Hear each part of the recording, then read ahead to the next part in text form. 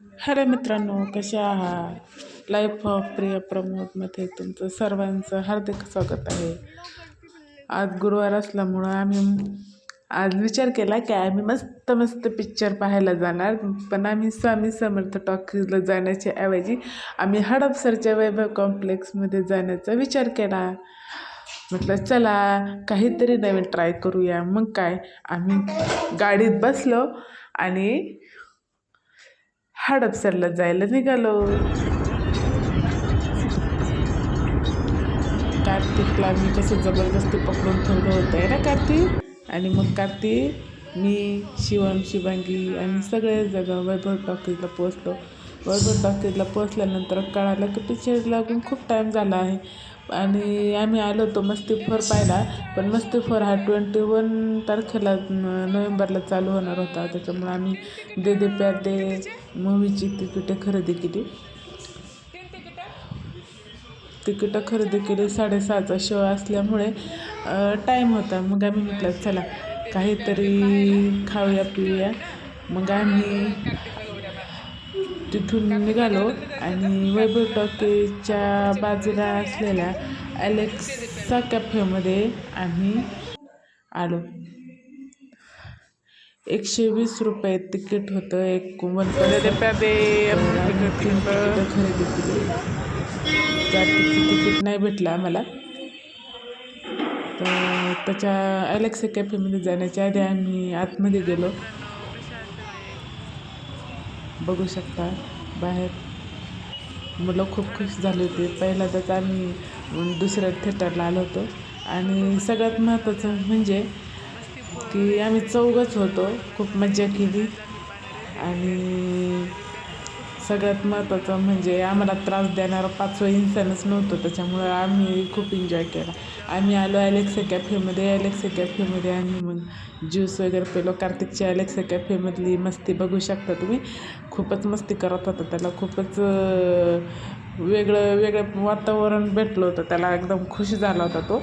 तर त्याच्यामुळं आम्ही पण त्याला काही बोललो नाही आणि कोणी त्याला बोललं नाही. मस्त खेळत होता, मजा करत होता.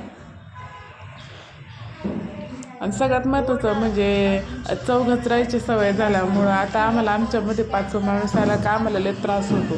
मुलं आणि मी आम्ही एकत्र राहण्याची सवय झाल्यामुळं आम्हाला पाचवं इन्सान आलं का त्रासच होतो, कारण आमच्यामध्ये पाचवं माणूस ॲडजस्टच होत नाही.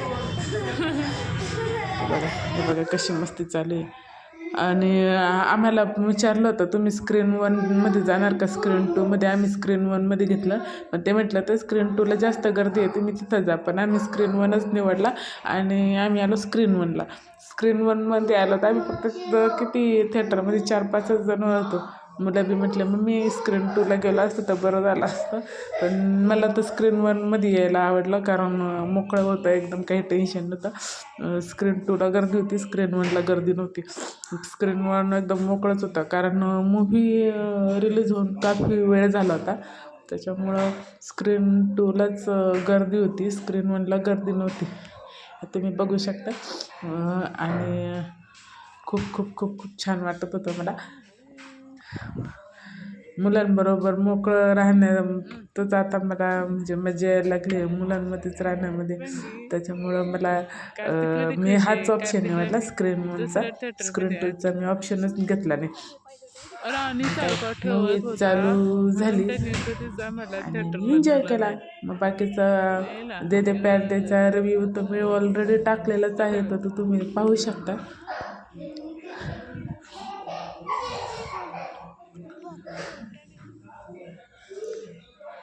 तर तुम्हाला व्हिडिओ कसा वाटला कमेंटमध्ये नक्की सांगा.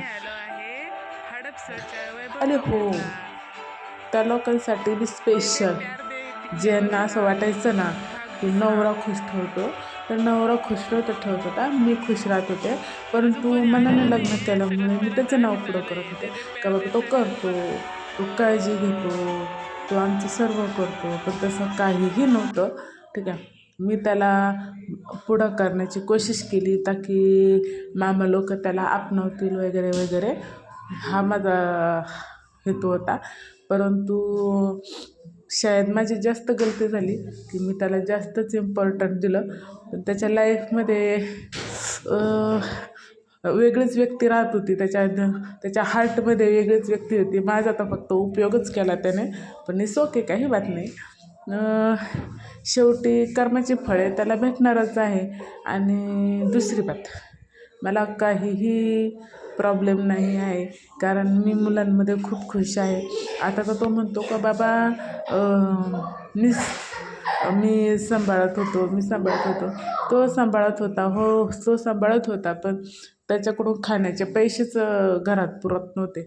खायला दिलं की तुमचं मी एवढा खर्च केला. तो हे रडगाणं त्याचं एक होतं. आणि त्याने काही लोकांबरोबर मिळून मला त्रास देण्याचा प्लॅनिंग बी केला, पण तो त्याचा सपशेल फेल गेला. आणि अजूनही तो त्या लोकांबरोबर मिळून मला त्रास देतो आहे, पण भोगणार तो त्याचे कर्माचे फळे भोगणार. त्याला नक्कीच त्याचे कर्माचे फळे भेटतील. आणि ज्या लोकांबरोबर मिळून त्यांनी मला त्रास दिला आणि अजून पण त्रास देतो हे, आणि कोणाबरोबर मिळून काय गेम खेळतो हे सगळे त्याला बघूया किती दिवस गेम खेळतो है ना. माझ्या संग लहानपणापासून गेम खेळला गेला, परंतु मला कोणीही काहीही करू शकलं नाही, कारण मी कधी कोणाचं वाईट केलं नाही. मला चटकन येणाऱ्या रागाचा, मला चटकन माझा बोलण्याचा ह्या लोकांनी गैरफायदा घेतला, आणि त्या चटकन बोलण्याचा, रागवण्याचा ह्या लोकांनी गैरफायदा घेऊन माझ्याबरोबर जे कर्मकांड केलेलं आहे ना, ते मी कधी आयुष्यात विसरणार नाही. तर ठीक आहे मित्रांनो, माझ्या व्हिडिओला वेळ दिल्याबद्दल तुमच्या सगळ्यांचे खूप खूप आभारी आहेत.